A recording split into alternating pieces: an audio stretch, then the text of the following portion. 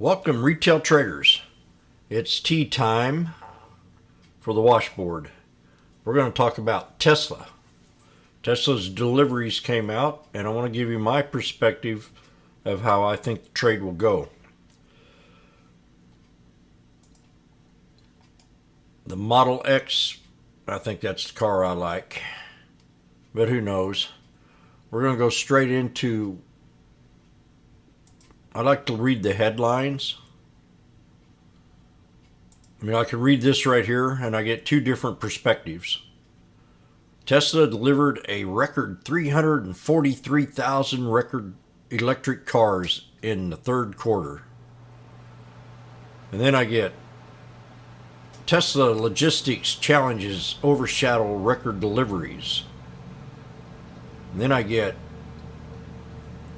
third quarter deliveries rebound, but not as much as analysts expected. I don't take the word of an analyst unless it's me. So I don't really look into their goals. They usually overdo it because Tesla is like the red demon of the EV cars. They want them other companies to go up a little bit better. So I've got mixed messages in the headlines, and that's about all I need to know. I don't care how many they delivered. I don't care how many they did not deliver. All I care is about reading them headlines and coming up with a conclusion of how the market's going to trend.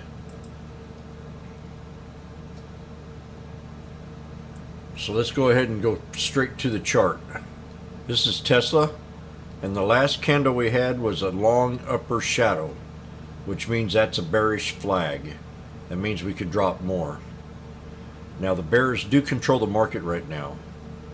So if anything happens, I think, to Tesla, we'll have a nice little bounce, or we'll open up down and then we'll recover a little bit. So we're going to post up the yearly chart. At least this part right in here. I see a huge flag right in here. I see two different kinds of flags, but I want to point out the one that I think's the biggest one to look at. And here's the snake. So I always talk about the snake. We'll draw that baby in there right now. Take it to the body of that candle, to the body of this one right here, and just extend it on out to the right. Try to line up with the bodies of the candles. So there's your snake, and here's your flag. It's a wedge. It's a bullish flag.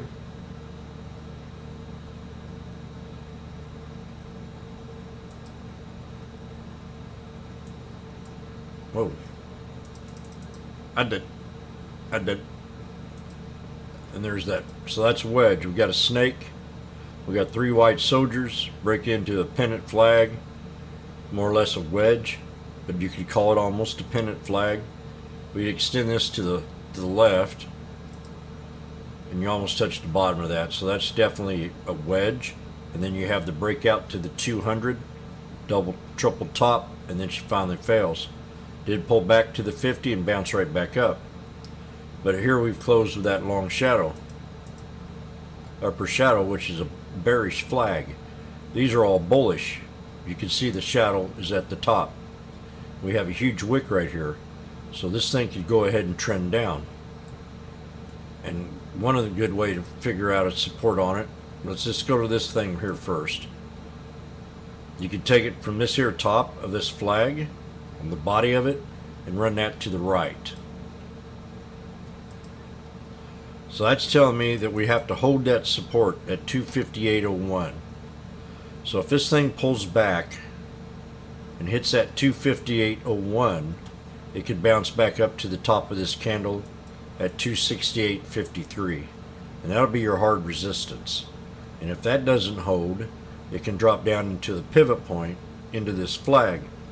That pivot point is an equilibrium, and it looks to me like it's right about in here at 233.75. The bears are in control. Now the bears will look at the headline and say, okay, its guidance has concerns, which I always got to look at guidance. The cars are being made.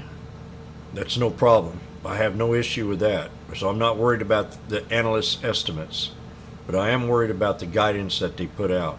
They said they have some challenging times ahead.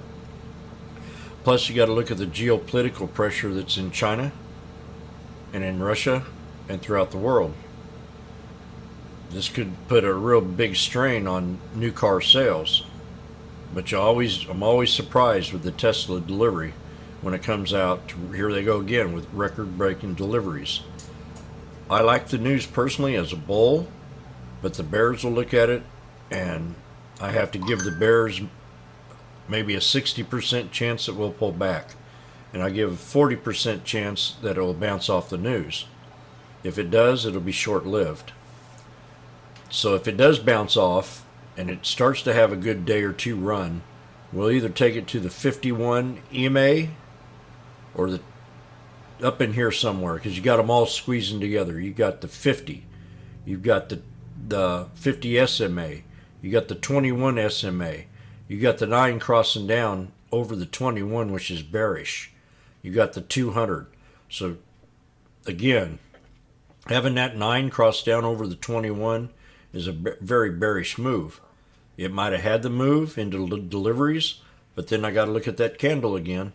That long upper shadow, that's definitely bearish too. So the odds are definitely in the bear's favor. So let's do a summary here of what I think can happen. It's either we hold this support at 258.01 and bounce back up to 268, a $10 bounce, and then find some resistance.